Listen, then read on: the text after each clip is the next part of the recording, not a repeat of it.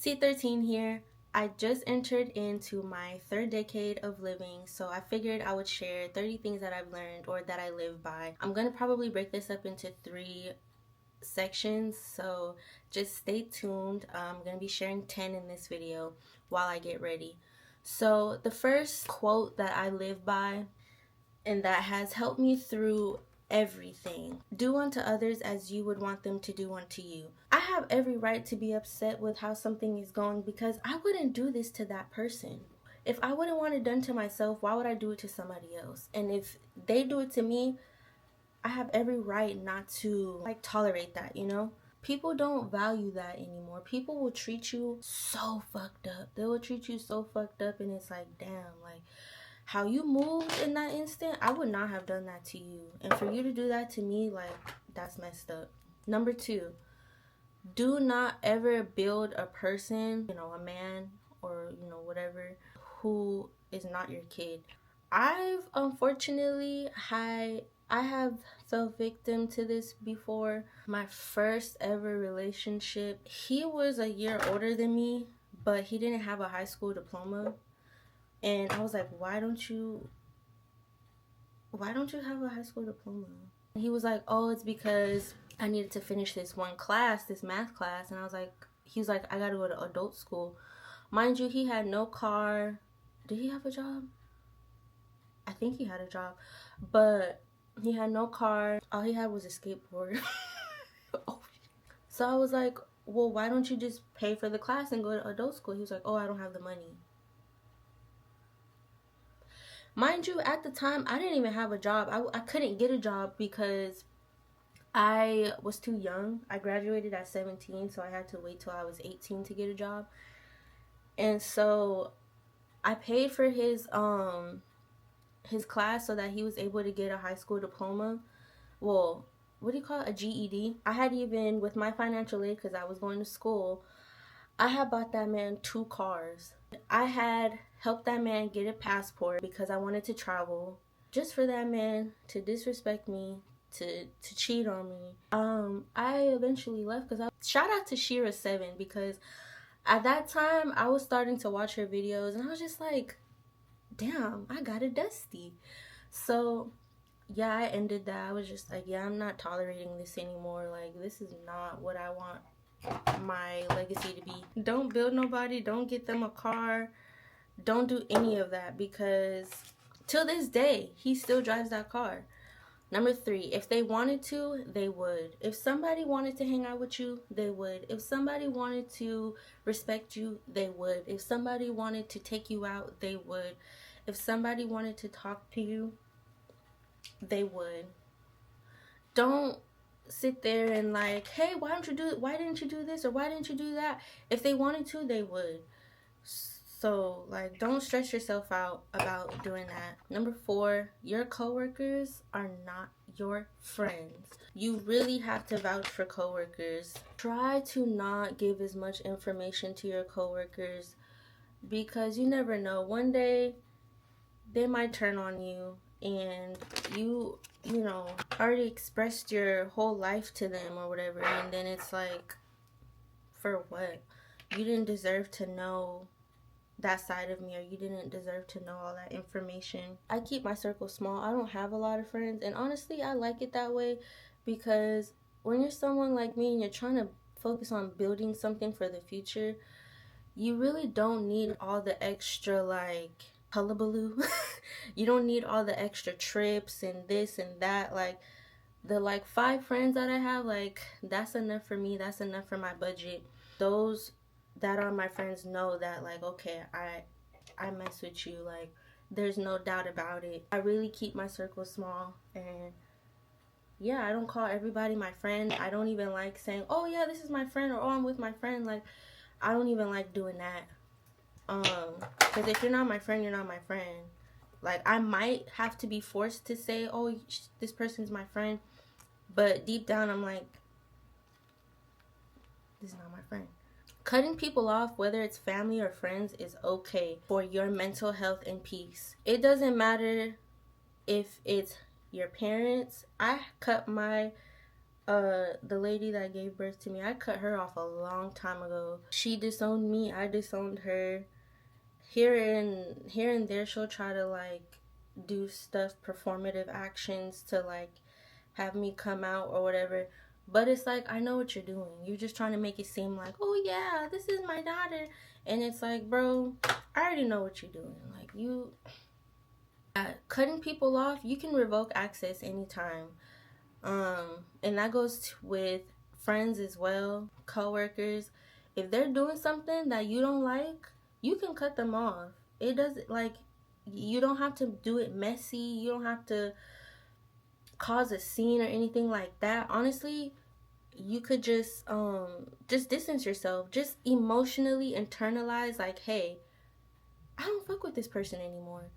I'm not gonna go out of my way to make sure they're okay, or make sure that, you know, I bring something back for them, or I'm not gonna go out of my way for someone who treated me like crap or who was doing some messy stuff. Because it's like,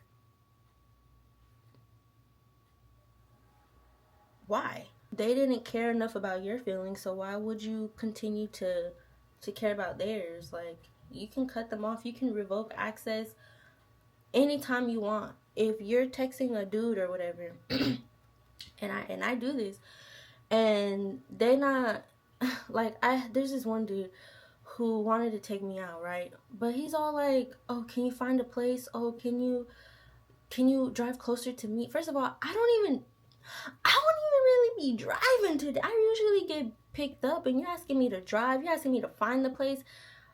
I just like pretty much ghosted, and he'll now and again will try to like contact me, but it's like, you already your access is revoked. I don't need to contact you. I don't need to respond to you in a timely manner. Like, you already messed up. You took me for granted. Number 6, learn another language. I tell people this all the time. You should learn at least 2 languages, especially if you're in the United States. You have so much opportunity to learn a different language. Me personally, I speak English. I don't know if patois is considered another language. I don't think so, because it's still English based. But also, I have been trying to become more fluent in Spanish. Spanish has been in my life for a long time. And then also the fact that one of my little sisters, she's fluent in Spanish. It's just like, what am I doing with my life? I recommend that everyone learns a second language. Once I become more fluent in Spanish, I'm pretty decent in Spanish, but once I become fluent, I'm gonna move on to Chinese. So, ni hao. The world will open up to you in a different capacity. Like when I went to Japan a couple months ago, from what my Japanese friend told me, she was like, some of the characters that they use in Japan stem from the Chinese characters. So now I'm kind of thinking like, dang, so if I would have like became fluent in Chinese, I probably could have read some stuff in Japanese, sort of, maybe. Sometimes I would go to events and I would meet people that speak like 3, 4, 5 languages, and I'm just like, how do you do that?